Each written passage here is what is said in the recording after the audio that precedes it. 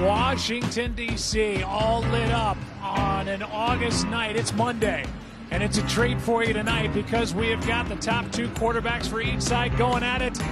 Yes, in a preseason game. That means Joe Burrow for the Cincinnati Bengals, and that means Jaden Daniels for the Washington Commanders.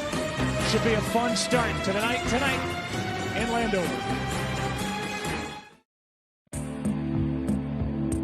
I've seen your face before, my friend, but I don't know if you know who I am.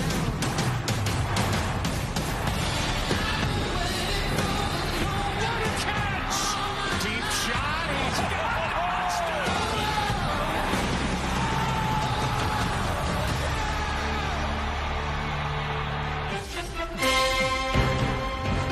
It is a cool night in this stadium. Getting ready for a little NFL action. Welcome to the Progressive Monday night kickoff. And now welcome inside the broadcast booth, everybody. I'm Joe Buck. That's the Hall of Famer Troy Aikman. Lisa and Laura are coming right up. Let's talk about the Washington side. You talk about a team that's ahead of schedule.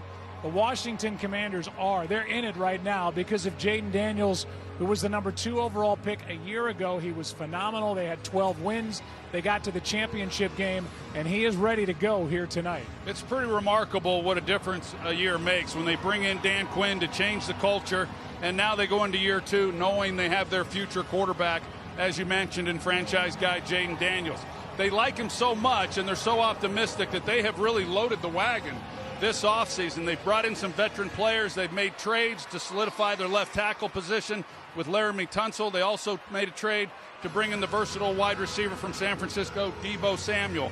It's hard to imagine, Joe, that they can accomplish what they hope to accomplish this year, and that is make it to the Super Bowl without resolving the Terry McLaurin contract issue. That really is the only dark cloud that's been hanging over this team all offseason and into training camp. Yeah, and for more on the McLaurin situation, let's send it down to Lisa Salters.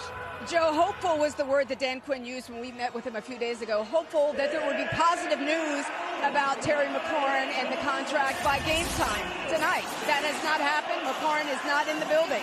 But despite there being no movement, Quinn said pregame that he's still optimistic that a deal will get done. Probably not today or tomorrow, he said, but sooner rather than later, and that McLaurin will be available by week 1. Now, I asked him why he felt that way, and he said the fact that McLaurin came off the PUP list on Saturday was a step in the right direction. It means that he's clear to start ramping up his on-field work, which he is doing. Quinn said he just feels good energy from McLaurin, and he said when the energy is right on both sides, good things usually happen. Joe? Yeah, the good thing would be to get him back into the fold. Now let's talk about the Cincinnati Bengals. Hard to believe that with the great Joe Burrow, and there's no bigger fan in the world of Joe Burrow than this guy right here. They've missed the playoffs more than they've made the playoffs with him at quarterback, and they are tired of starting slow.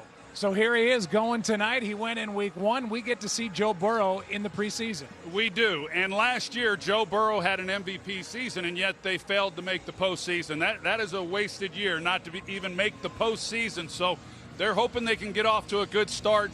Him playing last week, playing again tonight, seeing if that will help. One thing that certainly helps for the Bengals is the fact that Joe Burrow is as healthy as he has been really since his rookie year. He's got all of his weapons back on the offensive side of the ball. For them to be as good as they hope to be, the defense has to come through. They made a change with longtime defensive coordinator Lou Anarumo. They brought in Al Golden, and by all accounts, this defense, a bunch of young players, they've looked really good in training camp, a lot of progress. We're going to get another look at it again tonight. However, they have their own hold-in going on with Trey Hendrickson, and we'll have more on that when we come back after the break. The Washington Monument all lit up.